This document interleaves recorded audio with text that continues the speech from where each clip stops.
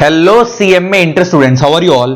तो गाइज आज हम आपके लिए सीएमए इंटर लॉ की अमेंडमेंट्स लेकर आए हैं जो कि रेलेवेंट है फॉर जून 24 अटेम्प्ट। जून 24 के लिए रेलेवेंट है।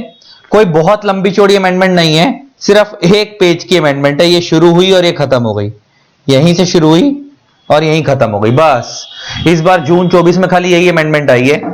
अब ये क्या है मैं तुम्हें बात कर लेता हूं। आपको पता है कि जो आपका सीएमए इंटर का लॉ है न्यू सिलेबस में, वो 4 पार्ट में डिवाइड है: company law, commercial law, industrial law और एथिक्स। तो आपके इस पेपर के अंदर एथिक्स में कोई अमेंडमेंट नहीं है, इंडस्ट्रियल लॉ में भी कोई अमेंडमेंट नहीं है, कमर्शियल लॉ में भी कोई अमेंडमेंट नहीं है। सिर्फ एक अमेंडमेंट आई है कंपनी लॉ के टॉपिक पे, प्रोस्पेक्टस वाले चैप्टर के अंदर। ठीक है जी। आपको यह बात पता होगी कि पेपर में जो आपकी अमेंडमेंट आती है वो पेपर से 6 महीने पहले तक की आती है। तो जून 24 में जो आपके पेपर के अंदर अमेंडमेंट्स रेलेवेंट हैं, वो वाली अमेंडमेंट रेलेवेंट है जो अप टू 30 नवंबर 2023 तक आई है। तो 30 नवंबर 2023 तक जो भी अमेंडमेंट आई है वो आपके लिए रेलेवेंट है। और ये कहां से कहां तक है? 1 मई से लेकर 30 नवंबर तक की जितनी भी अमेंडमेंट है ये आपके जून 24 अटेम्प्ट के लिए रेलेवेंट है। और वो एक ही पेज की आई है, तो ये आपको करनी है। अच्छा, ये न्यू सिलेबस वालों के लिए, क्योंकि बोल्ड सिलेबस तो खत्म ही हो गया। एक चीज मैं क्लियर कर दूं, ये किसको, जो हमारे बच्चे हैं उनके लिए भी बात कर रहा हूं, जो बाहर वाले बच्चे हैं उनके लिए भी बात कर रहा हूं। जो हमारे गूगल ड्राइव पेन ड्राइव वाले बच्चे हैं और उनके पास अगर हमारी 3rd एडिशन बुक है, कौन सी बुक है? 3rd एडिशन बुक है, तो उनको ये अमेंडमेंट करनी है। और ये अमेंडमेंट में है कुछ नहीं, एक नया रूल ऐड हुआ है। तो मतलब जो आप पढ़ रहे हो वो सब पढ़ते रहो, बिल्कुल ओके है। बस बाद में ये यूट्यूब पे मैं इस अमेंडमेंट की वीडियो डाल रहा हूं, एक वीडियो आखिरी में देख लेना, खत्म। ये एक पेज की अमेंडमेंट है। तो 3rd एडिशन अमेंडमेंट वाले, जिनके पास हमारी 3rd एडिशन बुक है, उनको ये जून 24 वाली अमेंडमेंट करनी है। ठीक है जी। जिनके पास हमारी 2nd एडिशन बुक है, इससे भी पहले की है, जिन्होंने बहुत पहले क्लास ली होंगी हमारे से, उनको ये जून 24 वाली अमेंडमेंट तो करनी है, प्लस जो दिसंबर 23 के लिए रेलेवेंट थी उनको वो वाली भी करनी है। उनको जून 24 प्लस दिसंबर 23 दोनों करनी है। जून 24 की वीडियो तो यही रही, मैंने डाल ही दी। दिसंबर 23 की जो अमेंडमेंट थी उसकी वीडियो का लिंक मैं इसी वीडियो डिस्क्रिप्शन में डाल रहा हूं, उसको भी देख लेना। ठीक है जी। तो ये तो हमारे पास, जिनके पास अब हम एक नई बुक लॉन्च कर रहे हैं 4th एडिशन, वो नेक्स्ट वीक से लॉन्च हो रही है। जिनके पास ये 4th एडिशन बुक आएगी उनको कोई अमेंडमेंट नहीं करनी, नो अमेंडमेंट, वो फुली अपडेटेड है, उनको अलग से कुछ नहीं करना। ठीक है ना, जिनके पास हमारी 4th एडिशन बुक आएगी। तो अब मैंने पहले अपने वाले बच्चों की बात क्लियर कर रहा हूं। जो हमारे वाले बच्चे हैं उनके पास अगर हमारी 4th एडिशन बुक आएगी तो आपको कोई अमेंडमेंट अलग से नहीं करनी है, फुली अपडेटेड है। अगर उनके पास हमारी 3rd एडिशन बुक है तो आपको ये जो जून 24 के लिए अमेंडमेंट आई है एक पेज की, सिर्फ यही करनी है। जो आप अपना कोर्स पढ़ रहे हो पढ़ते रहना, आखिरी में वीडियो देख लेना। और जिनके पास हमारी 2nd एडिशन बुक है उनको वो जून 24 वाली भी करनी है, जो ये वाली वीडियो है, प्लस दिसंबर 23 वाली अमेंडमेंट भी करनी है। उस दिसंबर 23 वाली अमेंडमेंट का लिंक मैं इसी वीडियो के डिस्क्रिप्शन में डाल रहा हूं, उसको देख लेना। ठीक है। अब आती है जो आउटसाइडर बच्चे जो हमारी एकेडमी के नहीं है, उनको जून 24 वाली तो करनी ही है। और अगर उन्होंने अपने टीचर्स से क्लास 6 महीने, 7 महीने, 1 साल पहले ली थी तो उनको जून 24 और दिसंबर 23 दोनों करनी है। उनको जून 24 और दिसंबर 23 दोनों करनी है, उनको भी, जो बाहर वाले बच्चे हैं। अब आता है इस अमेंडमेंट के नोट्स कैसे लेने हैं। इस अमेंडमेंट्स के नोट्स फ्री ऑफ कॉस्ट हैं, इसकी मैं पीडीएफ आपको दे दूंगा free of cost. Free of cost, कोई चार्ज नहीं है इसका। आप मेरे को व्हाट्सएप पे सिर्फ 3 चीजें लिख के भेज देना। आपका नेम जो भी है XYZ, आपका लेवल में आप लिखोगे सीएमए इंटर, आपका पर्पस में आप लिखोगे अमेंडमेंट्स फॉर जून 24 अटेम्प्ट। अच्छा, मैं आपको दिसंबर 23 और जून 24 दोनों शेयर कर दूंगा अमेंडमेंट्स, आप सिर्फ अपने हिसाब से देखना। अगर आपके पास हमारी 3rd एडिशन बुक है तो आप खाली जून 24 वाली करना, दिसंबर 23 वाली को इग्नोर कर देना। और अगर आपके पास हमारी 2nd एडिशन बुक है तो आपको दोनों करनी है। और जो बाहर वाले बच्चे हैं दूसरे सेंटर के, वो तो मेरे दूसरी एकेडमी में पढ़ रहे हैं, जो सेल्फ कर रहे हैं, मेरा सजेशन है कि आप दोनों ही करके देना, जून 24 और दिसंबर 23 वाली। तो मैं आपको पीडीएफ दोनों नोट्स की शेयर कर दूंगा, दिसंबर 23 भी, जून 24 भी। लेकिन किनको जून 24 वाली करनी है, किनको दिसंबर 23 वाली, मैंने बता दिया। आपको ये 3 चीजें मेरे को व्हाट्सएप पे लिख के भेजनी है। मेरा व्हाट्सएप नंबर है 8802233513। ठीक है जी, ये मेरा व्हाट्सएप नंबर है। आप व्हाट्सएप पे 3 चीजें लिख के भेज देना, मैं आपको नोट शेयर कर दूंगा अमेंडमेंट के। ठीक है जी, फ्री ऑफ कॉस्ट, इसका कोई चार्ज नहीं है। तो चलो अब अमेंडमेंट को स्टार्ट करते हैं। एक ही अमेंडमेंट है और मैंने इसके ऊपर कम से कम 45-50 मिनट्स लगा दिए, तो आपको देख के मजा आ जाएगा, analysis, you will love it. ठीक है, देख के बताना जरूर, कमेंट जरूर करना। एंड जिन लोगों ने अब तक चैनल को सब्सक्राइब नहीं करा, सब्सक्राइब कर देना, साथ में बेल आइकन को प्रेस कर देना, ताकि आप लोगों को मेरे न्यू वीडियोस की नोटिफिकेशन मिलती रहे। एंड आगे जाके भी मैराथन्स वगैरह बहुत कुछ आना भी सीएमए इंटर के लिए, तो चैनल पे बने रहो। ठीक है जी, चलो स्टार्ट करते हैं अब अमेंडमेंट को। तो गाइस अब हम प्रोस्पेक्टस वाले चैप्टर में एक अमेंडमेंट आई है। अमेंडमेंट भी क्या आई है, एक नया रूल इंसर्ट किया गया है। रूल 9B नाम है उसका, और ये रूल 9B की हेडिंग क्या है, issue of securities in dematerialise form by private companies. ये क्या चीज है मैं अभी समझाता हूं। और ये रूल कब आया, इंसर्टेड विद इफेक्ट फ्रॉम 27/10/2023। 27/10 को ये रूल हमारे कंपनीज एक्ट में इंसर्ट किया गया है। ठीक है जी। अब ना ये रूल 9B को समझने से पहले आपको अगर मैं बता दूं तो ये रूल 9A, एक रूल 9A था, issue of securities in dematerialised form by unlisted public companies, और उससे पहले एक सेक्शन 29 है, डीमेटेरियलाइजेशन ऑफ सिक्योरिटीज मैंडेटरी, और उसी के अंदर एक रूल 9 भी है। तो रूल 9 और 9A पहले से था। अच्छा, सबसे पहले ओरिजिनली रूल 9 था, वो 2014 में जब कंपनी एक्ट के रूल्स आए थे तब आया था। उसके बाद 2018 के अंदर एक रूल लाया गया था, रूल 9A। उसके बाद अब एक और नया रूल लेकर आ गए 2023 के अंदर, रूल 9B। ये रहा। ये रूल 9B को ना समझने से पहले मैं थोड़ा सा बैकग्राउंड देता हूं कि ये क्या चीज है, उसके बाद ज्यादा बेटर समझ आएगा। पहले मैं इसको रूल 9A और सेक्शन 29 से लिंक करता हूं। ठीक है जी, पहले ऊपर चलते हैं, सुनना बड़ी बात ध्यान से। ये देखो यहां पे एक शब्द यूज हो रहा है, डीमेटीरियलाइजेशन यूज हो रहा है ना, डीमेटीरियलाइजेशन।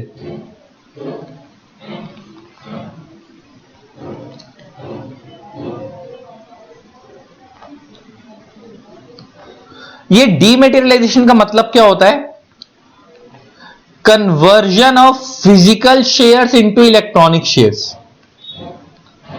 Conversion of physical shares into electronic shares.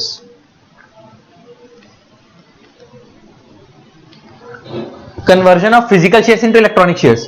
आपके जो फिजिकल शेयर्स है उनको जब हम इलेक्ट्रॉनिक में कन्वर्ट कर देते हैं उसी को हम बोलते हैं डीमेटीरियलाइजेशन। जैसे आज की डेट में जब आप स्टॉक मार्केट से ट्रेडिंग करते हो शेयर्स की, तो आप फिजिकल शेयर सर्टिफिकेट नहीं लेके आते रिलायंस से। जैसे मान लो आपने रिलायंस के 100 शेयर खरीदे, तो आपको वो 100 शेयर्स जो आपने खरीदे हैं वो फिजिकल फॉर्म में अपने हाथ में आपके कागज नहीं मिलेगा।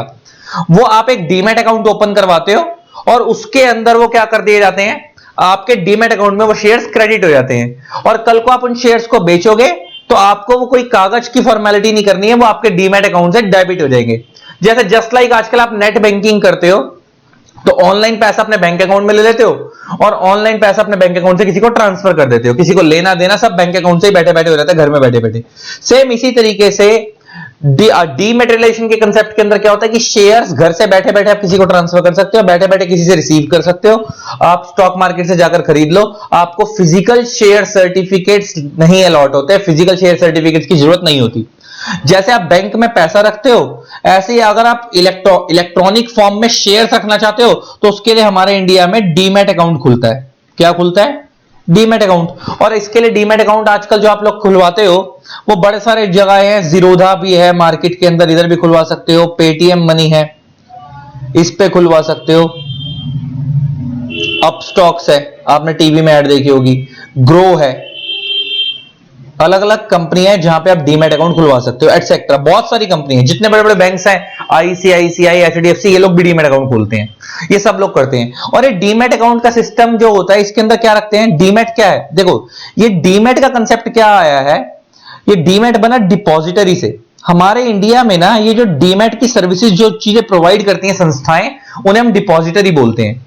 अब ये डिपॉजिटरी क्या है, depository is a kind of bank है,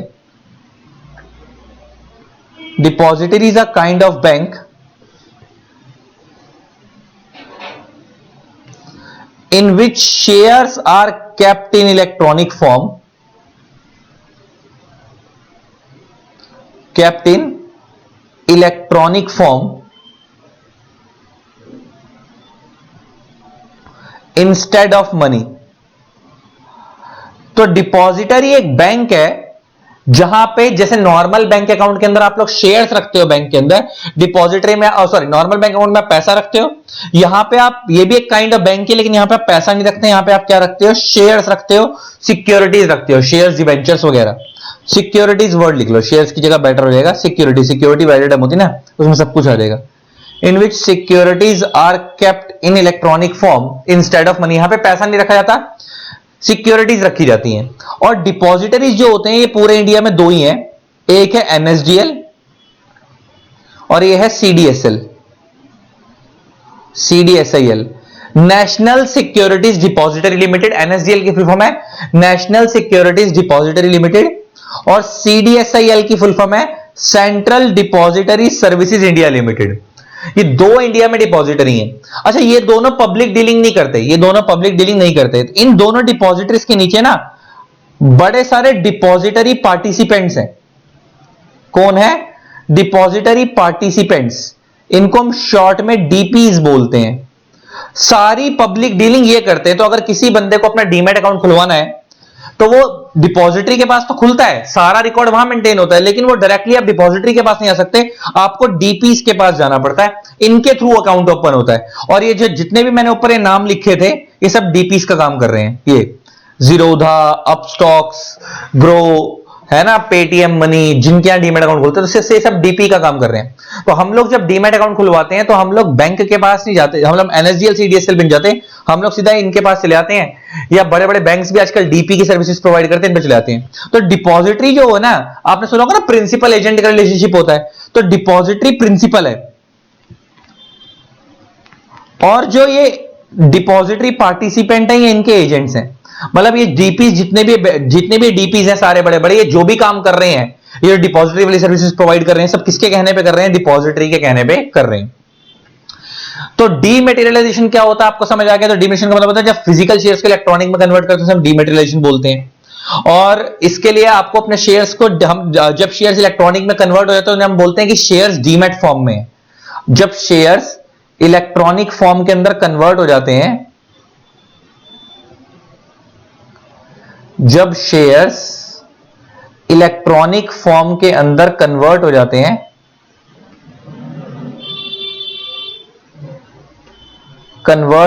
हैं तो हम बोलते हैं कि भाई शेयर्स किस फॉर्म में आ गए? डीमैट फॉर्म में आ गए। और डीमैट फॉर्म में शेयर्स कहां पे रखोगे आप? डीमैट अकाउंट के अंदर। और डीमैट अकाउंट कहां पे खुलता है? डिपॉजिटरी पार्टिसिपेंट्स के पास। और इन सबका आपने नाम सुना होगा, जितने भी लोग ट्रेडिंग करते हैं उनको पहले डीमैट अकाउंट खुलवाना ही पड़ता है, तभी ट्रेडिंग हो पाती है। और आज के डेट में जितने भी आप शेयर्स की ट्रेडिंग स्टॉक मार्केट पे करते हैं वो सब डीमैट फॉर्म में होते हैं, इलेक्ट्रॉनिक फॉर्म में होते हैं। पहले के जमाने की तरह नहीं है। पहले के जमाने में क्या होता था कि लोगों को जब शेयर सर्टिफिकेट्स अलॉट होते थे ना, तो वो पहले प्रॉपर फिजिकल शेयर सर्टिफिकेट्स मिलते थे, तो लोग जाकर खरीद के आते थे, घर में बड़े बड़े कागज लेकर आते थे। अगर किसी को 100 शेयर्स लेने हैं तो वो 100 शेयर सर्टिफिकेट्स घर पे लेकर आता था, 100 शेयर्स के, 1000 शेयर्स के, और घर में संदूक में लाकर संभाल के एक जगह पे रखते, जैसे प्रॉपर्टी के कागज आजकल आप संभाल के रखते हो। धीरे धीरे वो भी सब इलेक्ट्रॉनिकली हो जाएगा, बहुत सारी चीज इलेक्ट्रॉनिकली ऑलरेडी हो चुकी है। तो अब तो शेयर्स डीमैट फॉर्म में होते हैं। तो अब ये डीमैट का जो कंसेप्ट है ये कुछ कंपनीज के लिए पहले मैंडेटरी कर दिया गया था, लेकिन प्राइवेट कंपनीज को छोड़ दिया गया था। अब वो पहले क्या रूल था? पहले सेक्शन 29 की बात करते हैं, सेक्शन 29 से लिंक करते हैं, फिर आगे बढ़ेंगे। ऊपर से चले, मैंने बोला ना रूल 9B को लिंक करने से पहले सेक्शन 29 और 20, क्योंकि उसी से कनेक्शन में आया तो पहले 29 से लिंक करते हैं। सेक्शन 29 ये बोलता था कि जो भी कंपनी पब्लिक ऑफर लेकर आ रही है, जो भी कंपनी पब्लिक ऑफर लेकर आ रही है, और such other class of companies as may be prescribed, और वो वाली कंपनीज जो आने वाले टाइम पे बताई जाएंगी। अच्छा, यहां पे सच अदर क्लास ऑफ कंपनी लिखा है। जब बोला जाए कंपनी, पहले यहां पे ना पब्लिक कंपनी लिखा था, उसको अमेंडमेंट लाकर खाली कंपनी करा गया था। और जब हम बोले कंपनी तो इसका मतलब कंपनी का मतलब है प्राइवेट कंपनी और पब्लिक कंपनी दोनों, प्राइवेट कंपनी और पब्लिक कंपनी दोनों। तो वो कहता है कोई भी कंपनी जो कि पब्लिक ऑफर लेकर आ रही है, या कोई भी ऐसी कंपनी जो आने वाले टाइम पे बताई जाएगी, भले ही फिर वो प्राइवेट है या पब्लिक हो। अच्छा, पब्लिक ऑफर तो खाली पब्लिक कंपनी लेके आ सकती है, इसका मतलब यहां पे लिखा है एवरी कंपनी। तो देखा जाए तो बच्चा बोलता है सर यहां पे भी कंपनी लिखा, तो यहां पे भी क्या प्राइवेट पब्लिक दोनों आ जाएंगे? Answer is no.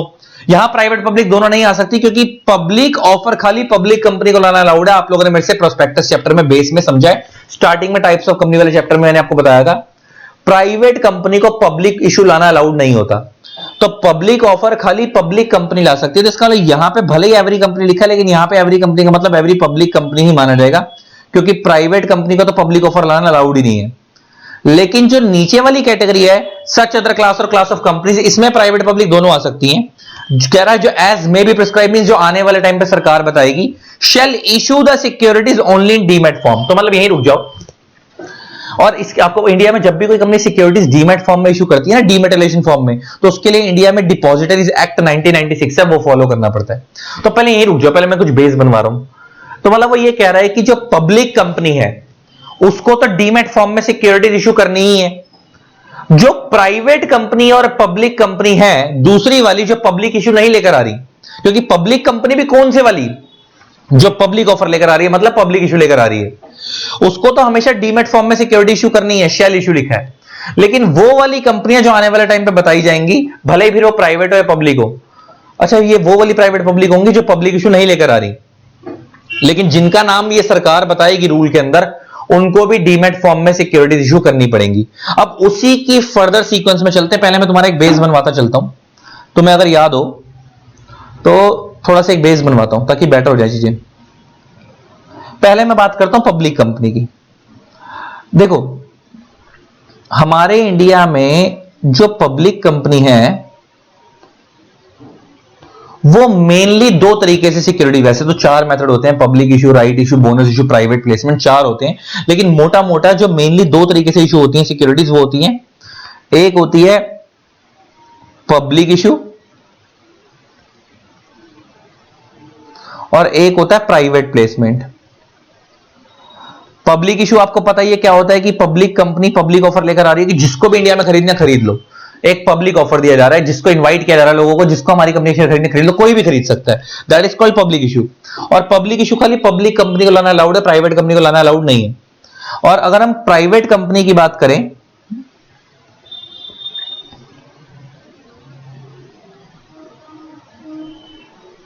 तो प्राइवेट कंपनी की बात करें तो इसको ओनली प्राइवेट प्लेसमेंट अलाउड है, पब्लिक इशू नॉट अलाउड।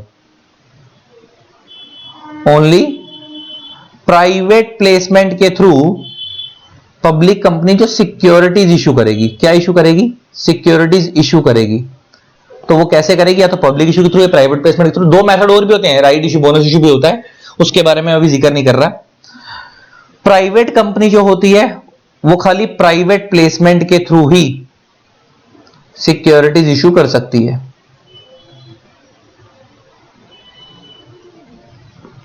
तो पब्लिक कंपनी दोनों तरीके से कर सकती है, लेकिन प्राइवेट कंपनी खाली प्राइवेट प्लेसमेंट के थ्रू सिक्योरिटी इशू कर सकती है। प्राइवेट प्लेसमेंट क्या होता है, जहां पे आप अपने ही नोन लोगों को, आइडेंटिफाइड पर्संस को ही सिक्योरिटीज अलॉट होती हैं।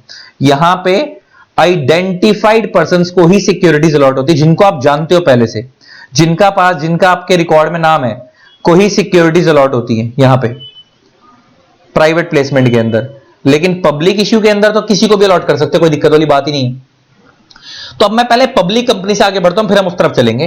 तो वो कहता है कि वो कंपनी जो पब्लिक इशू लेकर आ रही है, तो उसके लिए वो कहता है कि जो सेक्शन 929 है, एज पर सेक्शन 29 उस कंपनी को डीमेटीरियलाइजेशन मैंडेटरी है।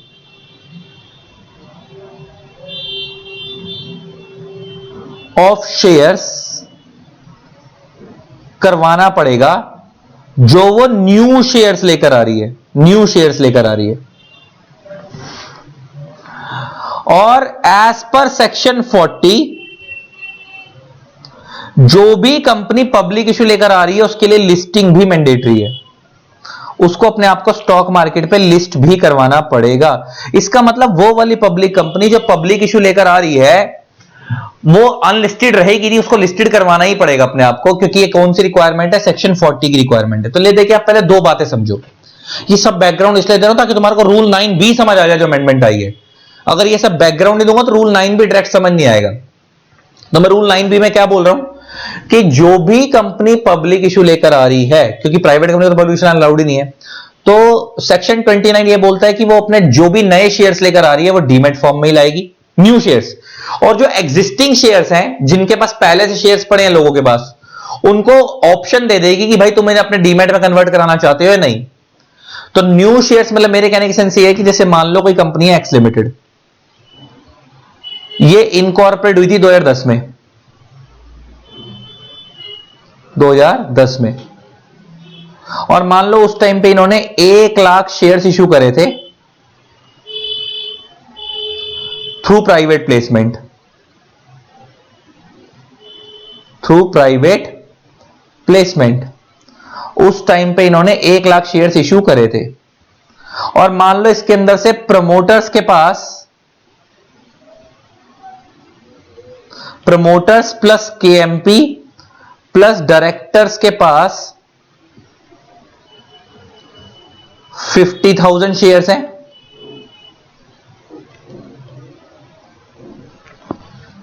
और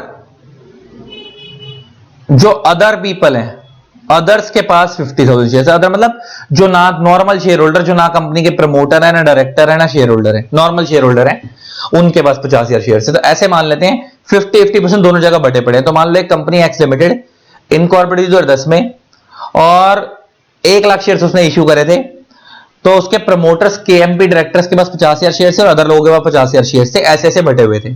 और उस टाइम पे ये अनलिस्टेड पब्लिक कंपनी थी। उस टाइम पे कौन सी कंपनी थी? अनलिस्टेड पब्लिक कंपनी थी उस टाइम पे। अब मान लो ये वाली कंपनी एक्स लिमिटेड 2024 के अंदर पब्लिक इशू लेकर आ रही है 2 लाख शेयर्स का, पब्लिक इशू लेकर आ रही है 2 लाख शेयर्स का, 2 लाख शेयर्स का पब्लिक इशू लेकर आ रही है। तो अब ये मैं कह सकता हूं फ्रेश इशू है। तो लॉ अब यहां पे जो है, जैसे ये पब्लिक इशू लेकर आ रही है, तो अब यहां पे वो सेक्शन 29 और 40 वाला रोल प्ले हो जाएगा, ये वाला, कि जैसे ही कोई पब्लिक कंपनी पब्लिक इशू लेकर आएगी, वो बनी तो 2010 में थी, लेकिन उस टाइम पे उसने प्राइवेट प्लेसमेंट शेयर इशू करे थे, उस टाइम वो अनलिस्टेड थी, और अब वो 2024 के अंदर पब्लिक इशू लेकर आ रही है, तो अब ये सेक्शन 29 और 40 अट्रैक्ट हो जाएंगे। तो अब उसको क्या करना पड़ेगा? सेक्शन 29 क्या बोलता है मैं तुम्हें वो बताने जा रहा हूं।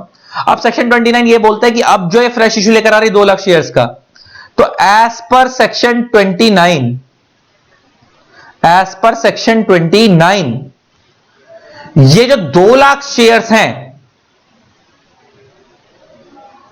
Only in demat form issue होंगे। ये इशू होंगे ओनली इन डीमैट फॉर्म, ये इशू होंगे only in demat form, electronic form में ही इशू होंगे, फिजिकल फॉर्म में इशू नहीं होंगे, क्योंकि स्टॉक मार्केट पे ट्रेडिंग करवाने से पहले डीमैट में कन्वर्ट कराना मैंडेटरी होता है। एक तो ये इशू होंगे, प्लस वो कहता है जो एग्जिस्टिंग प्रमोटर्स और डायरेक्टर के पास जो पहले से शेयर्स पड़े हुए हैं, इनको भी डीमैट में कन्वर्ट कराना मैंडेटरी है। ये बात भी सेक्शन 29 और रूल 9A में लिखी हुई है, डीमैट में कन्वर्ट कराना मैंडेटरी है। प्लस इसके अलावा जो बचे हुए शेयर होल्डर्स हैं, जिनके पास ये जो अदर्स है 50,000 शेयर्स, इनके लिए डीमैट कराना ऑप्शनल है। कराना है कराओ, नहीं कराना ना कराओ। इनके लिए डीमैट कराना ऑप्शनल है, कराना है कराओ, नहीं कराना ना कराओ। तो अगर मैं तुम्हें बेस बताऊं, तुमने बेस क्या समझा? हम पब्लिक कंपनी के बेस पे चलते हैं, प्राइवेट कंपनी पे तो बाद में आएंगे। तो अगर कोई पब्लिक कंपनी, और भले ही वो अनलिस्टेड है पहले, तो अब मान लो उस टाइम तो उसने शेयर सारे फिजिकल फॉर्म में इशू करे होंगे, 2010 में पहले की बनी हुई है, तो अब वो पहले की बनी हुई है, क्योंकि डीमैट में कन्वर्ट करवाने के लिए कब मैंडेटरी होता है? डीमैट में इशू करना कब मैंडेटरी होता है? जब वो पब्लिक ऑफर लेकर आ रही है। उस टाइम तो पब्लिक ऑफर लाई नहीं थी, उस टाइम तो वो क्या लाई थी? प्राइवेट इशू, प्राइवेट प्लेसमेंट से उसने इशू करे थे 2010 में। तो उस टाइम के अकॉर्डिंग उनके वो क्या लॉ ये बोलता है कि जब वो पब्लिक इशू लेकर आएगी, तो वो जितने नए शेयर्स इशू करेगी, तो यहां पे क्या लिखा है वर्ड, यहां पे अगर आप वर्ड पढ़ो तो क्या लिखा है? Every company making public offer. यहां से सीधा पहली लाइन को कनेक्ट कर लो ना। कोई भी कंपनी पब्लिक ऑफर लेकर आ रही है, और पब्लिक ऑफर खाली पब्लिक कंपनी लेकर आ सकती है, shall issue securities only in demat form. तो अपने जो नए शेयर्स इशू करेंगे वो डीमैट में करेंगे। उसमें ये वाली बात तो क्लियर हो गई कि भाई ये जो कंपनी, अभी जो मैंने प्रमोटर वाली बात बोली है वो आगे पढ़ाऊंगा, वो कहां लिखी हुई है, कि भाई ये जो कंपनी है जो 2010 में बनी थी, public company x limited incorporate 2010 में, उस टाइम तो इन्होंने 1 लाख शेयर्स प्राइवेट प्लेसमेंट से इशू करे थे, और वो फिजिकल फॉर्म में थे, और 2024 में पब्लिक इशू लेकर आ रही है। तो जो नए शेयर्स लेकर आ रही है, एज पर सेक्शन 29 इनको ये वाले शेयर्स डीमैट फॉर्म में इशू करने। यहां तक तो क्लियर है बात। प्लस एज पर सेक्शन 40 इसको लिस्टिंग भी करानी पड़ेगी। एज पर सेक्शन 40 इस कंपनी को लिस्टिंग भी करानी पड़ेगी। लिस्टिंग भी मैंडेटरी है। हमारे कंपनी लॉ बोलता है कि जो भी कंपनी इंडिया में पब्लिक इशू लेकर आ रही है उसको लिस्टिंग करानी मैंडेटरी है, उसको लिस्टिंग करानी मैंडेटरी है। तो ये वाली बात भी क्लियर हो गई। तो इसको पब्लिक इशू ला रही है तो डीमैट फॉर्म में शेयर्स भी इशू करने पड़ेंगे, प्लस इसको लिस्टिंग भी करानी पड़ेगी। ये बात आपको समझ आती है? आगे बढ़ो। अब जो मैंने तुम्हारे को बात बताई कि जो एग्जिस्टिंग प्रमोटर्स के पास पहले से पड़ी है वो भी कन्वर्ट करानी पड़ेगी ना डीमैट में, वो बात कहां लिखी हुई है? नीचे की तरफ लिखी हुई है, थोड़ा नीचे चलते हैं। वो लिखी हुई है रूल 9A में। 9A में तो कहता है, अच्छा रूल 9A कब आया था मैं वो भी बताऊंगा अभी। ये रूल 9A आया था, पहले रूल 9A से पहले रूल 9 की बात कर लेते हैं।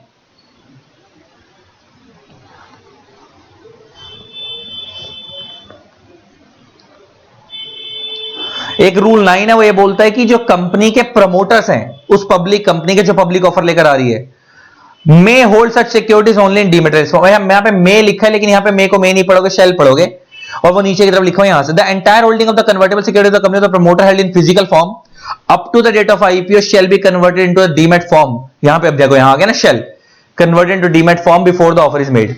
तो वो ये कह रहा है, अब इसमें दो बातें हो गई, यहां पे भी तुमको प्रमोटर्स, मैंने साथ में डायरेक्टर्स और केएमपी भी लिखा, वो भी आगे पढ़वाऊंगा कहां लिखा हुआ है। अभी दो बातें क्लियर हो रही हैं। वो कहता है जी, जो भी कंपनी पब्लिक इशू लेकर आ रही है, तो वो जो नए शेयर्स लेकर आ रही है वो तो डीमेट फॉर्म में इशू करना ही है। वो बात कहां लिखी हुई है? वो लिखी हुई है जी सेक्शन 29 के अंदर, 29 में वो लिखा हुआ है, एवरी कंपनी जो पब्लिक इशू लेकर आ रही है उनको डीमेट फॉर्म में इशू करने हैं। फिर रूल 9 साथ में कनेक्ट हो रहा है, वो ये बोलता है कि जो प्रमोटर्स है कंपनी के, उनके पास कंपनी के पहले जो फिजिकल शेयर्स पड़े भी हैं, तो आईपीओ जब वो लेकर आ रहे हैं, पब्लिक इशू जब लेकर आ रहे हैं, उससे पहले उनको अपने सारे शेयर डीमेट में, पहले वाले जो शेयर्स उनके पास पड़े हैं वो भी डीमेट में कन्वर्ट कराने पड़ेंगे। मान लो मैं अभी यहां पे एग्जांपल थोड़ा सिंपल कर देता हूं, यहां पे प्रमोटर डायरेक्टर और जो मैंने केएमपी लिखा है इसको काट के खाली प्रमोटर कर देते हैं, ठीक है जी, अभी ज्यादा कंफ्यूज नहीं करते। मान लो कि प्रमोटर्स के पास 50,000 शेयर्स पड़े थे, 50,000 अदर लोगों के पास पड़े थे, तो जब प्रमोटर्स के पास 50,000 शेयर पड़े थे पहले से, इनको ये भी डीमेट में कन्वर्ट कराने पड़ेंगे। ये बात कहां से निकल कर आई है? रूल 9 से निकल कर आई है। कहां से निकल कर आई है? रूल 9 से। यहां तक बेस क्लियर हो रहा है। और जो अदर लोग हैं जिनके पास शेयर्स पड़े हैं उनके लिए डीमेट करवाना ऑप्शनल है। तो लेते कि अभी तक का बेस क्लियर हुआ कि जो भी कंपनी पब्लिक इशू लेकर आ रही है और पब्लिक ही होती है, जो नए शेयर्स लेकर आएगी वो तो ना डीमेट में कन्वर्ट करानी है, और जो उन्होंने पहले से इशू कर रखे हैं जब वो अनलिस्टेड थी, तो उसमें जो प्रमोटर्स के पास होने वो भी डीमेट में कन्वर्ट कराने पड़ेंगे। जो बाकी वाले शेयर्स हैं, शेयर होल्डर्स हैं जिनके पास शेयर्स पड़े 50,000 ये वाले, उनके पास ऑप्शनल है कन्वर्ट कराने, कराओ नहीं कराना ना कराओ। अब आगे बढ़ते हैं, अभी ये बात खत्म नहीं हो रही, तो इसमें ऐड करेंगे फिर, क्योंकि ये रूल यहां से समझ आएगा फिर आगे जाएंगे। फिर उसके बाद यहां तक बात खत्म हो गई। फिर 2 अक्टूबर 2018 को एक रूल 9A आया, उसमें इसने अब अनलिस्टेड पब्लिक कंपनियों को भी पकड़ लिया। ऊपर तो सिर्फ किनको पकड़ रहा था? अनलिस्टेड लिस्टेड कंपनियों, मतलब वो वाली कंपनियां जो पब्लिक इशू लेकर आ रही हैं, और पब्लिक इशू लाएंगे तो लिस्टिंग करानी तो मैंडेटरी है ही है ना, फिर तो बात ही खत्म हो गई। तो वो लिस्टेड को पकड़ रहे थे एक किस्म से। अब यहां पे किसको पकड़ रहा है? अनलिस्टेड पब्लिक कंपनी को रूल 9A के अंदर, मतलब वो वाली कंपनियां पब्लिक कंपनी जो पब्लिक इशू नहीं भी ला रही हैं, लेकिन क्योंकि वो पब्लिक कंपनी है तो उनको अपने नए शेयर्स डीमेट फॉर्म में इशू करने पड़ेंगे। कब से? 2 अक्टूबर 2018 के बाद से। मतलब जो भी कंपनियां इंडिया में 2 अक्टूबर 2018 के बाद से बनेंगी पब्लिक कंपनियां, या कोई पब्लिक कंपनी ऐसी जो पहले से बन भी चुकी है और अपने आप को लिस्ट नहीं करा रही, आगे भी शेयर्स प्राइवेट प्लेसमेंट थ्रू लेकर आ रही है, उनको भी पब्लिक इशू क्या करना पड़ेगा? अपने शेयर्स डीमेट फॉर्म में इशू करने पड़ेंगे। और जो पहले से एग्जिस्टिंग शेयर्स हैं, एग्जिस्टिंग सिक्योरिटीज है, उनको डीमेट फॉर्म में कन्वर्ट कराने का फैसिलिटेशन देना पड़ेगा। फैसिलिटेशन मींस ऑप्शन देना पड़ेगा, फैसिलिटी देनी पड़ेगी। लेकिन वो कहता है कि जो कंपनी के कौन से लोग हैं, जो कंपनी के प्रमोटर्स हैं, डायरेक्टर्स हैं और केएमपी हैं, उनके शेयर्स हमेशा डीमेट फॉर्म में ही होने चाहिए। तो देखो यहां पे प्रमोटर, डायरेक्टर, केएमपी तीनों आ गए ना। तो अब मैं इसका क्रक्स बनवाऊं तो पता क्या बनेगा? क्रक्स ये बनेगा कि 2018 के बाद से आफ्टर 2 अक्टूबर 2018 अमेंडमेंट आई थी, रूल 9A आया।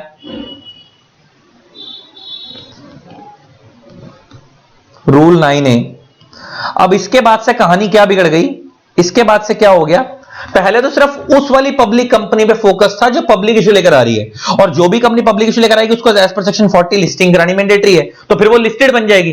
तो पहले अगर देखा जाए तो सिर्फ लिस्टेड कंपनीज पे फोकस था, अनलिस्टेड पे फोकस नहीं था। लेकिन 2018 के बाद से अनलिस्टेड पब्लिक कंपनियों को भी कवर कर लिया। अनलिस्टेड पब्लिक कंपनियों को इन्होंने क्या बोला? तो मान लो अगर आफ्टर 2018 के बाद अगर कोई कंपनी एक्स लिमिटेड है, मान लो अगर ये 2010 में बनी थी, 2010 में बनी थी, इनकॉर्पोरेट हुई थी। अब तुमको बेस बनवाता हूं, और क्लियरिटी आ जाएगी। इनकॉर्पोरेट हुई थी और इसके जो प्रमोटर्स हैं, मान लो उस टाइम पे इन्होंने 1 लाख शेयर इशू करे थे, वापिस सेम कंसेप्ट रख रहा हूं, इशू करे थे उस टाइम पे, और वो जिन्होंने 1 लाख शेयर्स इशू करे थे उसमें से 50,000 shares promoters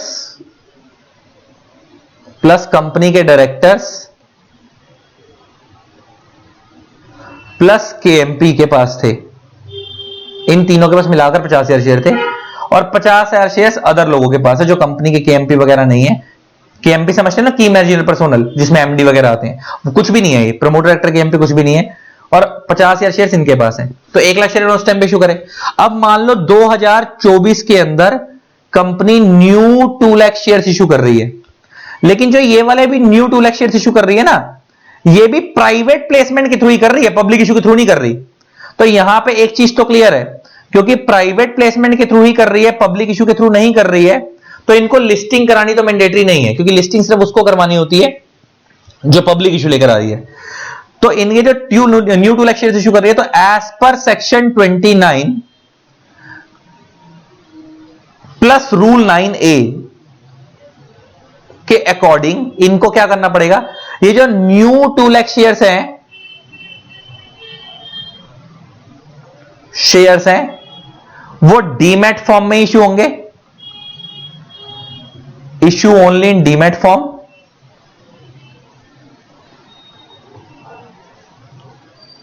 issue only in demat form, physical form में इशू ही नहीं हो सकते 2018 के बाद से।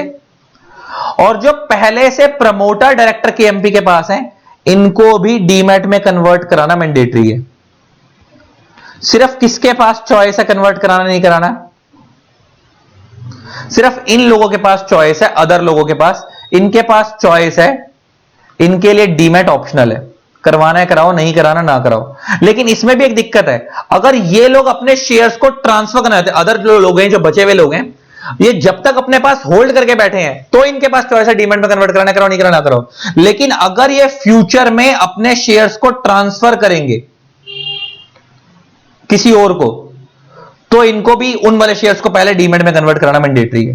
तो डीमैट मैंडेटरी है। तुम समझो कि पहले का बेस क्या है, फिर अब तुम्हारे को अब ये जो रूल 9B है वो समझ आ जाएगा। अब रूल 9A भी खत्म हो गया, सेक्शन 29 भी खत्म हो गया, पुराना बेस क्लियर हो गया। मेरे को जो आधा घंटा लगा के समझाना पड़ेगा तुम्हारे को। तो बेस क्या है पहले समझो कि अभी हम पब्लिक कंपनी की बात कर रहे हैं, प्राइवेट की तो बात नहीं कर रहे। तो पब्लिक कंपनी अगर पब्लिक इशू लाएगी तो उसको लिस्टिंग करानी मैंडेटरी है। और अगर वो पब्लिक कंपनी पब्लिक इशू लेकर आ रही है, तो पब्लिक इशू लेकर आ रही है, तो जब वो नए शेयर्स लेकर आ रही है वो तो उन्हें डीमैट में इशू करना ही है। और जो उनके पास पहले से शेयर्स उन्होंने इशू कर रखे हैं, उसमें जो प्रमोटर्स वगैरह के पास है उन्हें वो भी डीमैट में कन्वर्ट कराने मैंडेटरी है। सिर्फ जो बाकी लोगों के पास है वो कन्वर्ट कराना ऑप्शनल है, करवाना है करवाओ, नहीं करवाना ना करवाओ। फिर ये तो बात, और क्योंकि अगर पब्लिक इशू लेकर लिस्टिंग करानी मैंडेटरी हो ही जाएगी। ये बात तो पहले से चली रही थी, ये रूल 9 और सेक्शन 29 में लिखी थी। फिर रूल 9 आया था 2018 में, उन्होंने ये बोला कि जो अनलिस्टेड पब्लिक कंपनी है, जो पब्लिक इशू नहीं भी ला रही है, तो ये रूल 9 है किसमें डील करता था, अनलिस्टेड पब्लिक कंपनी में। जो पब्लिक इशू नहीं भी लेकर आ रही है उनको भी डीमैट मैंडेटरी है। अनलिस्टेड पब्लिक कंपनी के लिए भी डीमैट मैंडेटरी कर दिया था। उन्होंने क्या बोला कि जो अनलिस्टेड पब्लिक कंपनी है जो 2018 के बाद अगर बनेंगी तो फिर वो जितने भी नए शेयर इशू करेंगे वो डीमैट फॉर्म में इशू करेंगी। लेकिन जो कंपनी 2018 से पहले बन चुकी हैं, उस ये रूल 9 आने से पहले बन चुकी हैं, उनके पास जो पहले के शेयर फिजिकल फॉर्म में पड़े हैं और 2018 के बाद अगर वो नए शेयर इशू कर रही हैं, तो जो नए शेयर इशू कर रही है वो तो वो डीमैट फॉर्म में इशू करेंगी, और भले वो प्राइवेट प्लेसमेंट से लेकर आ रही है तब भी। और जो उन्होंने पहले से इशू कर रखे हैं उसमें जो प्रमोटर डायरेक्टर केएमपी के पास है उन्हें डीमैट में कन्वर्ट करना मैंडेटरी है। जो अदर्स लोगों के पास है उनके पास चॉइस है कि डीमैट में कन्वर्ट कराना कराओ, नहीं कराना ना कराओ। लेकिन वो लोग भी जो अदर लोग हैं, अगर वो उन फ्यूचर्स को अपने फ्यूचर में बेचेंगे तो उनको भी डीमैट में कन्वर्ट कराना मैंडेटरी है उन शेयर्स को। उसके बाद ही वो बेच सकते हैं, वरना नहीं बेच सकते। तो ले देखो ज्यादा टाइम तक अपने पास फिजिकल फॉर्म में होल्ड नहीं कर पाएंगे, उन्हें फ्यूचर में डीमैट में कन्वर्ट कराने ही पड़ेंगे बेचने के लिए। तो ले देखिए ना, पहले रूल 9A में और रूल 9 में और सेक्शन 29 में सिर्फ पब्लिक कंपनी ही कवर थी, भले लिस्टेड हो या अनलिस्टेड हो। प्राइवेट कंपनी का कोई लेना देना था ही नहीं। प्राइवेट कंपनी फिजिकल फॉर्म में शेयर ही लाती थी, डीमैट फॉर्म में लाती ही नहीं थी। उनके पास चॉइस थी लानी है लाओ तो ले आओ, लेकिन अदरवाइज वो खाली फिजिकल में लाती थी, उनको डीमैट में लाने के लिए उनके लिए कोई रूल नहीं था। अब जो नया कंसेप्ट आया है ना, वो रूल 9B आया। और ये जो रूल 9B आया ये प्राइवेट कंपनी के लिए भी आ गया। और ये रूल कब आया, 27/10/2023 से। तो अब इसमें इन्होंने प्राइवेट को भी लपेट दिया। और इन्होंने प्राइवेट कंपनी के लिए भी अब क्या रूल बनाया, सेम वही रूल बनाया जो अभी ऊपर वाला था कि कोई और एक रूल कब बनाया, 27/10/2023 को। और इन्होंने इसमें कौन सी प्राइवेट कंपनी को कवर नहीं करा, स्मॉल कंपनी को कवर नहीं करा, मतलब बड़ी प्राइवेट कंपनी को कवर करा। अच्छा, स्मॉल कंपनी कौन सी होती है, जिसकी अपने सेक्शन 2 क्लॉज 85 में पढ़ा है। स्मॉल कंपनी वो होती है जिसकी paid up share capital maximum 4 crore होती है, जिसकी paid up share capital maximum 4 crore होती है एंड टर्नओवर जिसका मैक्सिमम 40 करोड़ होता है। तो उनको छोड़ के, इनको छोड़ के, तो स्मॉल कंपनीज को छोड़ के जो नॉर्मल प्राइवेट कंपनी है, shall within the period refer to in sub rule 2, और सब रूल 2 ये रहा, और इसमें पीरियड दिया गया 18 महीने, और 18 महीने कहां से लेने हैं? 18 months of the closure of financial year. और फाइनेंशियल ईयर कौन सा वाला? 31 मार्च 2023 वाला। अच्छा, रूल कब आया? 27/10/2023। और इन्होंने क्या बोला, अब आप पहले डेट क्लियर कर लो, उसके बाद आगे बात करेंगे। इन्होंने 18 महीने का टाइम दिया। मैं पहले प्रोसेस समझा देता हूं, फिर ये बात करेंगे कितने टाइम में वो करना। टाइम पीरियड पे बाद में आएंगे, पहले प्रोसेस समझाता हूं। अभी जो नया रूल आया है इसमें भी क्या प्रोसेस आया है? अब ये क्या आया? Rule 9B। और रूल 9B की हेडिंग क्या है? Issue of securities in demat form by private companies. तुम समझो, रूल अब समझा रहा हूं लेकिन बेस समझाना जरूरी था। आधा घंटा मेरे को बेस बनाने में लग गया तुम्हारा। अमेंडमेंट अब समझ आएगी। Issue of securities in demat form by private companies.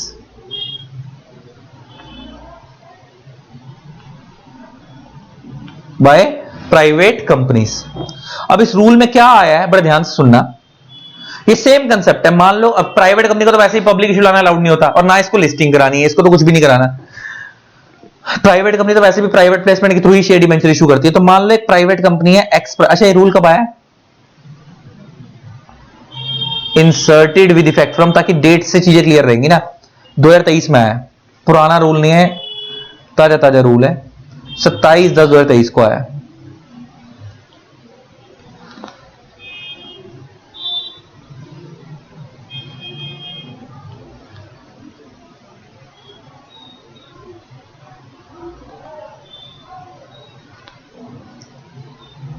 सत्ताईस 10/2023 को ये रूल आया है। अब ये रूल क्या बोलता है, पर ध्यान सुनना। मान लो एक एक्स प्राइवेट कंपनी है, एक्स प्राइवेट लिमिटेड है। मान लो ये सेम एग्जांपल रख रहे हैं, 2010 में इनकॉर्पोरेट हुई थी। अब तुम्हें सारी चीजें पहले से पता है, सेम कट कॉपी पेस्ट कर दिया है, बस पब्लिक की जगह प्राइवेट कंपनी हो गई। वो जो अनलिस्टेड पब्लिक कंपनी वाला रूल था वही कर दिया है। मान लो इन्होंने उस टाइम पे 1 लाख शेयर्स इशू करे थे प्राइवेट प्लेसमेंट के थ्रू।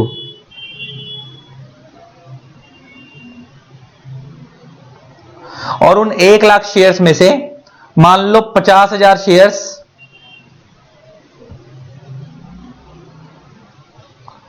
प्रमोटर्स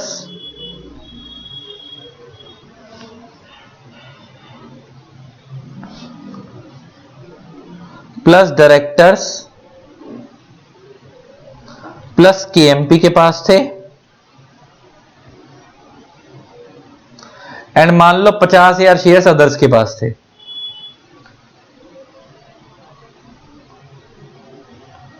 पचास हजार शेयर्स अदर्स के पास थे, अदर शेयर होल्डर्स के पास थे।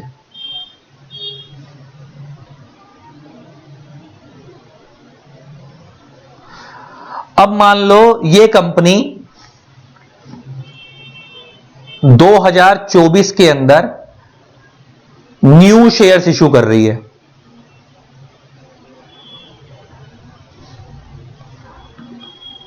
टू लाख शेयर्स, और ये तो प्राइवेट प्लेसमेंट के थ्रू ही करेगी, थ्रू प्राइवेट प्लेसमेंट ये इशू कर रही है। तो ये जो न्यू शेयर्स इशू करेगी अब ये प्राइवेट कंपनी भी, ये ओनली इन डीमैट फॉर्म में इशू करेगी, फिजिकल फॉर्म में अलाउड नहीं है। फॉर्म में अलाउड नहीं है, ओनली इन डीमैट फॉर्म में इशू करेगी जो न्यू शेयर्स इशू कर रही है।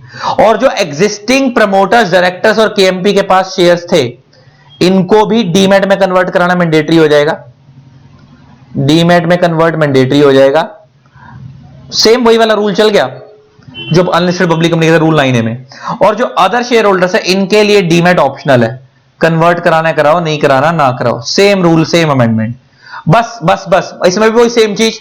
मगर अगर ये अदर शेयर होल्डर्स फ्यूचर में कभी भी अपने उन शेयर्स को ट्रांसफर करते हैं तो इनको भी डीमेट मैंडेटरी हो जाएगा, ट्रांसफर करने से पहले डीमेट कराना मैंडेटरी है, तो इनके लिए डीमेट मैंडेटरी है। तो मतलब अगर होल्ड करना चाहें तो चॉइस है इनके पास कि फिजिकल फॉर्म में होल्ड कर सकते हो, लेकिन अगर कन्वर्ट कराना है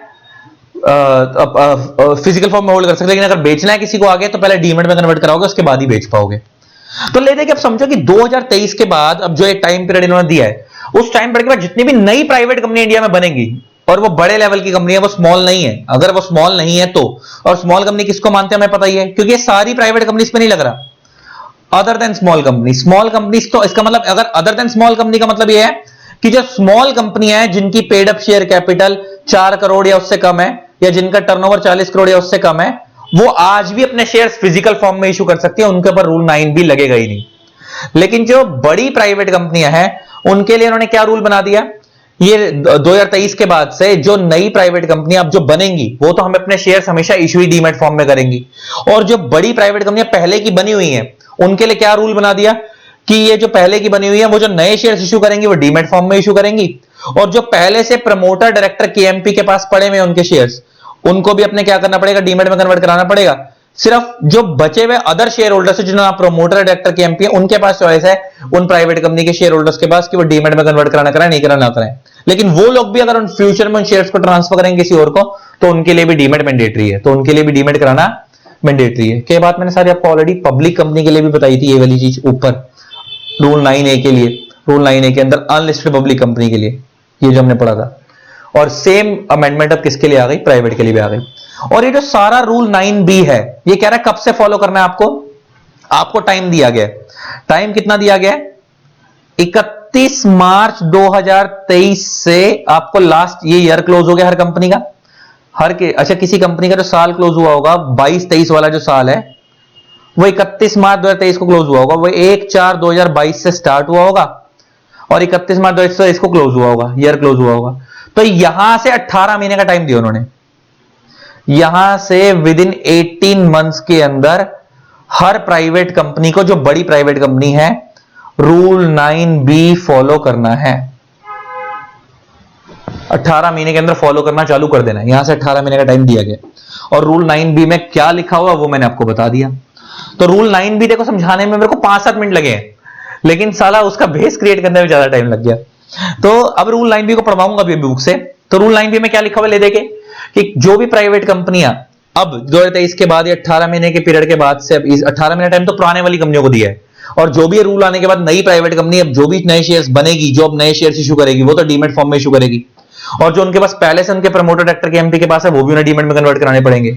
सिर्फ जो अदर शेयर होल्डर्स के पास है उनके पास चॉइस है कि वो डीमेट में कन्वर्ट करना चाहते हैं कराएं, नहीं कराना चाहते ना कराएं, फिजिकल में होल्ड कर लें अपने शेयर्स को जो पहले से पड़े हुए उनके पास। लेकिन अगर वो लोग भी अपने शेयर्स को फ्यूचर में ट्रांसफर करेंगे तो उनको डीमेट में कन्वर्ट कराने पड़ेंगे। अब जरा पढ़ना, एवरी प्राइवेट कंपनी, कब आया था रूल 27/2023 को, other than small company, other than small company mean जो स्मॉल कंपनी, छोटी प्राइवेट कंपनियां हैं उनके ऊपर, छोटी प्राइवेट कंपनी किसको बोलते हैं, सेक्शन 2 क्लॉज 85 में स्मॉल कंपनी की डेफिनेशन दी हुई है। कहां दी हुई है, सेक्शन 2 क्लॉज 85 में, उसको छोड़ के। तो मतलब उन वाली प्राइवेट कंपनीज आज भी फिजिकल फॉर्म में शेयर्स इशू कर सकती है, उनके लिए डीमेट वाला कंसेप्ट मैंडेटरी नहीं है। कह रहा है इनको छोड़कर within the period refer to in sub rule 2, और वो पीरियड कितने टाइम का, 18 महीने का है। 18 महीने कहां से ले रहे हैं, of the closure of financial year. Closure of financial year कौन सा, 31 मार्च। तो 31 मार्च 2023 के बाद 18 महीने का टाइम दिया है, तो ले देंगे with in period of 18 months. 18 महीने कहां से लेने मैंने बता दिया। Shall issue the securities only in demat form, जो इशू मींस जो नई सिक्योरिटी इशू करेंगी वो डीमेट फॉर्म में करेंगी, and facilitate the dematerialisation of all it securities, और जो उनके पहले से शेयर इशू हुए हैं उनको फैसिलिटी देगी डीमेट कन्वर्ट कराने की, उनको फैसिलिटी मींस ऑप्शन देगी कन्वर्ट कराने का। लेकिन इसमें भी वो क्या बोलता है, जब डीमेट होगा तो कैसे होगा, ऑर्डिनरी डिपॉजिटरी एक्ट। तो जो नए शेयर इशू करेगी ये कंपनी, मतलब देखिए आप ये समझो कि इस डेट के बाद से 27/10 में तो रूल आया, तो जो नई कंपनियां बनेंगी, जो नई प्राइवेट कंपनी इस डेट के बाद से बनेंगी वो तो डीमेट फॉर्म में ही इशू करेंगी, बात ही खत्म हो गई।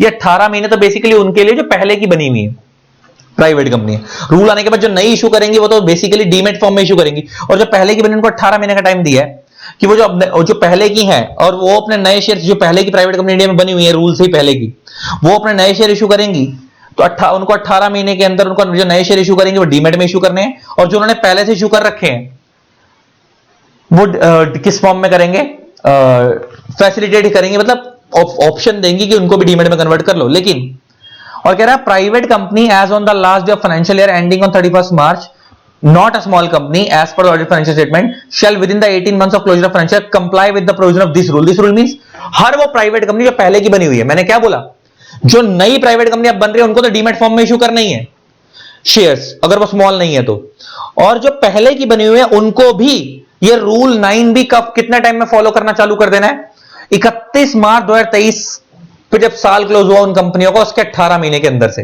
उनको एक्स्ट्रा टाइम दिया, 18 महीने का 31 मार्च 2023 के बाद से 18 महीने का टाइम दिया उनको, क्या फॉलो करना है, रूल फॉलो करना है। और रूल फॉलो करने का मतलब क्या है कि जो नए शेयर इशू करेंगे वो डीमैट फॉर्म में इशू करेंगी, और जो पहले से इशू कर रखे हैं उन लोगों को ऑप्शन देगी कन्वर्ट कराने का, लेकिन उसमें भी सबके पास ऑप्शन नहीं है। जरा मैं नीचे पढ़वाता हूं, अब इसमें क्या बोलता है, every private company refer to in sub rule 2, sub rule 2 ये रहा, any offer for issue of securities और बायबैक ऑफ सिक्योरिटीज और इश्यू ऑफ बोनस शेयर्स और right shares after the date when it is required to comply with this rule shall ensure that before making such offer entire holding of securities of its promoters, directors, KMP shall be in dematerialized form। आ गई बात, ले देखिए वो जो 3 लोगों की मैंने बात बोली, तो कह रहा है जब वो कंपनी नए शेयर इशू करेगी, भले वो किसी भी फॉर्म में इशू कर दिए प्राइवेट प्लेसमेंट के थ्रू, मैंने तो यहां पे एग्जांपल प्राइवेट प्लेसमेंट लिखा ना, मैंने तुम्हारे को बोला ना प्राइवेट कंपनी मेनली 2 तरीके से इशू करती है, पब्लिक कंपनी मेनली 2 तरीके से इशू करती है, पब्लिक इशू, प्राइवेट प्लेसमेंट, मैंने तुम्हारे को बताया और भी मेथड होते हैं, राइट इशू, बोनस इशू, और भी मेथड होते हैं शेयर इशू करने के,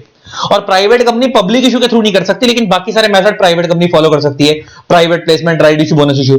तो लेते हैं वो यहां पे वही कनेक्ट कर रहा है, इस पॉइंट के अंदर वो यही बोल रहा है, इस हर एक प्राइवेट कंपनी जो कि इस रूल 2 में मेंशन हो रही है, मतलब रूल 2 में कौन सी, जो अब पहले की बनी हुई है, उनको ये इंश्योर करना पड़ेगा कि वो जो नए शेयर्स लेकर आ रही हैं, भले ही वो नए शेयर्स राइट इशू के थ्रू लेकर आ रही हैं, या वो किसी से पुराने शेयर्स बायबैक कर रही हैं, या वो बोनस शेयर्स के थ्रू नए शेयर लेकर आ रही हैं, कुछ भी कर रही हैं, या नए शेयर्स प्राइवेट प्लेसमेंट के थ्रू लेकर आ रही है, किसी भी तरीके से अगर वो नए शेयर इशू कर रही हैं तो वो डीमैट फॉर्म में इशू करेंगे, और उनको ये इंश्योर करना पड़ेगा जो उनके प्रमोटर, डायरेक्टर, केएमपी के पास पहले से शेयर्स पड़े हैं वो भी उन्हें क्या करवाने पड़ेंगे, डीमैट फॉर्म में कन्वर्ट कराने पड़ेंगे। तो यही वाली बात हो गई जो मैंने तुम्हारे को समझाई थी कि भाई ये कंपनी ने जो पहले से 2010 में 50,000 शेयर्स प्रमोटर, डायरेक्टर, केएमपी को दिए थे और 50,000 अदर लोगों को दिए थे, और 2024 में अभी वो नए शेयर्स प्राइवेट प्लेसमेंट के थ्रू 2 लाख लेकर आ रही है। अगर ये प्राइवेट प्लेसमेंट के थ्रू साथ में राइट इशू या बोनस इशू के थ्रू भी लेकर आती तो भी कोई दिक्कत नहीं थी, इनमें से किसी के भी थ्रू लेकर आती है अगर वो शेयर्स, तो उनको जो नए शेयर्स लेकर आ रही है वो तो डीमैट फॉर्म में इशू करना ही है, और जो पहले से प्रमोटर, डायरेक्टर, केएमपी के पास हैं वो भी उनको डीमैट फॉर्म में कन्वर्ट कराने पड़ेंगे, वो ये वाले हो गए। लेकिन बाकियों का जिक्र नहीं हो रहा, मतलब बाकियों के लिए ऑप्शनल है। तो ले देखिए जो अदर लोग बचे, जो प्रमोटर, डायरेक्टर, केएमपी नहीं, इनके लिए ऑप्शनल है कि डीमैट कराने कराओ, जो उनके पास पहले के शेयर पड़े हैं, वरना नहीं कराने ना कराओ। जो पहले से पड़े हैं, जो उनको भी नए अलॉट होंगे वो डीमैट में होंगे। और साथ में वो नीचे क्या बोलता है, अब आता है एवरी होल्डर। अच्छा, यहाँ पे every holder of private of the private company means every holder of security means, जो इसमें तो फिर सारे आ गए, इसमें फिर प्रमोटर, डायरेक्टर, केएमपी सारे आ गए, प्रमोटर प्लस डायरेक्टर, यहां पे तो एवरी होल्डर बोल रहा है ना, प्लस केएमपी प्लस अदर्स भी आ गए। अब इनको क्या बोलता है, जो कि रूल 2 में कवर है, who intends to transfer such security, word क्या रहा, transfer, is required to comply with this rule shall get security dematerialisation. कुछ याद आ गई बात जो मैंने बताई थी कि जो अदर लोग हैं, जो अदर शेयर होल्डर्स भी हैं, उनको वैसे तो डीमैट कराना ऑप्शनल है, लेकिन अगर ये अदर लोग भी फ्यूचर में अपने शेयर्स ट्रांसफर करेंगे तो इनको डीमैट में कन्वर्ट कराना मैंडेटरी है, तो इनको डीमैट में कन्वर्ट कराना मैंडेटरी। तो वो यही कह रहा है। अब यहां पे क्योंकि उसने एवरी कवर कर दिया, तो ऊपर वाले में सब रूल 3 में खाली प्रमोटर, डायरेक्टर और केएमपी कवर थे, लेकिन नीचे वाले में एवरी बोल रहा था, यहां पे अदर वाले भी कवर हो गए। तो एवरी वालों को ये बोल रहा है कि अगर ये फ्यूचर में अपने शेयर्स ट्रांसफर करना चाहते हैं तो इनको ट्रांसफर करने से पहले अपने शेयर्स को क्या करवाना पड़ेगा, डीमैट में कन्वर्ट कराना पड़ेगा। अच्छा, यहां पे मैं सिर्फ अदर्स को क्यों गिन रहा हूं, प्रमोटर, डायरेक्टर, केएमपी को क्यों नहीं गिन रहा, क्योंकि उनके तो पहले ही कन्वर्ट हो चुके होंगे सारे के सारे डीमैट में, तो फ्यूचर में अगर ट्रांसफर करेंगे भी तो उनको तो पहले ही उनके डीमैट में कन्वर्ट हो ही चुके होंगे, क्योंकि वो जब भी नए शेयर्स कंपनी लेकर आएगी तो उनको डीमैट में कन्वर्ट कराने मैंडेटरी थे।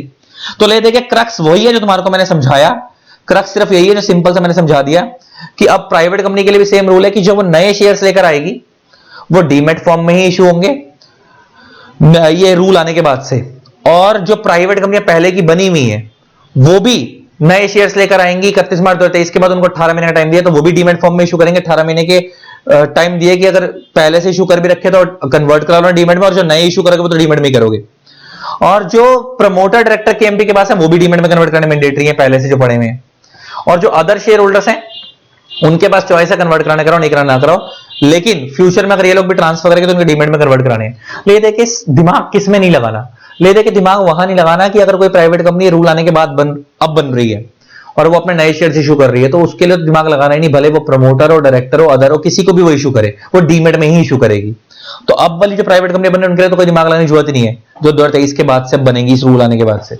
जो पहले की बनी हुई सिर्फ उनके लिए मेन सारा दिमाग लगाना था कि जो नए शेयर वो इशू करेंगी, पहले वाली कंपनी जो बनी हुई है वो डीमेट में करेंगे, जो पहले के शेयर उनके इशू हुए हैं उनको प्रमोटर डायरेक्टर के एमपी वाले कन्वर्ट करने मैंडेटरी है, जो अदर वाले उनके लिए मैंडेटरी नहीं है कन्वर्ट कराना डीमेट में, लेकिन जब वो फ्यूचर में ट्रांसफर करेंगे उनके लिए मैंडेटरी है, कन्वर्ट कराओगे उसके बाद ही ट्रांसफर किसी और को कर सकते हो। और नीचे क्या बोलता है, साथ में वो ये बोलता है कि जब वो पुराने शेयर होल्डर अगर कंपनी के नए शेयर्स प्राइवेट प्लेसमेंट के through, bonus share right issue के थ्रू लेंगे तो उनको डीमेट में कन्वर्ट कराना पड़ेगा। तो मैं पहले ही बता चुका हूं, जब नए शेयर्स लेंगे तो हमेशा डीमेट फॉर्म में लेंगे, वो तो मैं बता ही चुका हूं। और नीचे बोल रहा है कि ये वाली कंपनी के ऊपर, जो प्राइवेट कंपनी है, इनके ऊपर सब रूल 4 से लेकर 10 तक का रूल 9A का मुटैटिस मुटेंडिस लगेगा, अप्लाई होगा डीमेट को लेकर। मुटैटिस मुटेंडिस मींस मोटे मोटे तौर पर इसका मतलब ये है, एक्चुअल में ना रूल 9 है, मैंने तुम्हारे को अभी यहां पे अमेंडमेंट में नहीं कराया, लेकिन पीछे वाले लेक्चर में जो डिटेल वाले लेक्चर्स हैं उनमें तो मैंने करा ही रखा अपने बच्चों को। तो रूल वो 4 से लेकर जो 10 तक वाली बात कर रहा है, अच्छा 4 से लेकर 10 तक में ना रूल 9A किसमें डील करता था, पब्लिक कंपनीज में, अनलिस्टेड पब्लिक कंपनी के अंदर। तो 4 से 10 में ना प्रोसीजर दिया हुआ था कि डीमेट में कन्वर्ट कैसे होगा और उसके लिए गवर्नमेंट को कौन सा फॉर्म जाएगा आरओसी को, वो सब चीजें लिखी हुई थी 4 से 10 में। तो कह रहा वो सारी चीजें जो कन्वर्ट कराने का प्रोसेस क्या है और कौन सा फॉर्म आरओसी को जाएगा, वो सारी चीजें यहां भी लगेंगी सेम, कट कॉपी पेस्ट। किस पे लगेंगी, इन प्राइवेट कंपनीज पे भी लगेंगी। और कह रहा है ये वाला रूल गवर्नमेंट कंपनी पे अप्लाई नहीं होता, इसका मतलब गवर्नमेंट कंपनीज को डीमेट फॉर्म में सिक्योरिटीज इशू करने मैंडेटरी नहीं है। वो प्राइवेट कंपनियां, देखो आपको पता होगा कंपनियां दो ही होती हैं, प्राइवेट या पब्लिक। अगर उस प्राइवेट कंपनी के अंदर 51% या उससे ज्यादा के शेयर्स गवर्नमेंट होल्ड कर लेगी तो वो प्राइवेट कंपनी गवर्नमेंट कंपनी बन जाएगी। तो कह रहा वो वाली प्राइवेट कंपनी जो गवर्नमेंट कंपनी है, मतलब जिसके अंदर गवर्नमेंट के 51% या उससे ज्यादा के शेयर्स हैं, उनके ऊपर ये रूल नहीं लगता। मतलब वो वाली प्राइवेट कंपनियों को अपने शेयर्स फिजिकल फॉर्म में ही इशू करने हैं, उनको डीमेट में इशू करना मैंडेटरी नहीं है। और ये जो इस ऊपर वाला पॉइंट था, इसमें क्या था समझ आ गया ना, ये कह रहा है कि द प्रोविजन ऑफ सब rule 4 to 10 of rule 9A, और रूल 9A किसमें डील करता था, अनलिस्टेड पब्लिक कंपनी की डीमेट में। और रूल 4 सब रूल 4 से लेकर 10 तक में क्या लिखा हुआ था, प्रोसीजर लिखा हुआ था, कन्वर्ट कैसे होगा, आरओसी को कौन सा फॉर्म जाएगा डीमेट कन्वर्ट कराने के लिए, वगैरह वगैरह। तो कह रहा वही सारे प्रोविजन यहां भी लगेंगे, इस प्राइवेट कंपनी के लिए भी लगेंगे। तो लेते हैं कि रूल 9A का क्रक्स क्या है, सिंपल सी क्रक्स यही है जो मैंने तुम्हारे को बना के समझा दिया, कि जो नई प्राइवेट कंपनी आएंगी वो जो भी शेयर इशू करेंगी वो डीमेट फॉर्म में ही करेंगी, लेकिन जो उन्होंने पहले से इशू कर रखे हैं उनके लिए उनके पास चॉइस है कि कन्वर्ट कराने कराओ। जो पहले से इशू कर रखे हैं उसमें प्रमोटर डायरेक्टर के एमपी के शेयर्स तो डीमेट में कन्वर्ट करने मैंडेटरी हैं, और जो अदर शेयर होल्डर्स उनके पास चॉइस है कि डीमेट में कन्वर्ट कराने कराओ, नहीं कराना ना कराओ, लेकिन वो लोग भी अगर फ्यूचर में ट्रांसफर करेंगे तो उनको डीमेट में कन्वर्ट कराने मैंडेटरी है। ये थी अमेंडमेंट रूल 9B। आपका रूल 9B हो गया समाप्त। आई होप आपको एनालिसिस अच्छा लगा हो। कहने को ये 5 लाइनें थी, लेकिन मेरे को पूरा बेस बनवाना पड़ गया, ठीक है जी, और उसी में पूरा टाइम लग गया, 5-6 लाइनें थी। चलो भाई, बाय बाय टाटा। प्रोस्पेक्टस की अमेंडमेंट खत्म।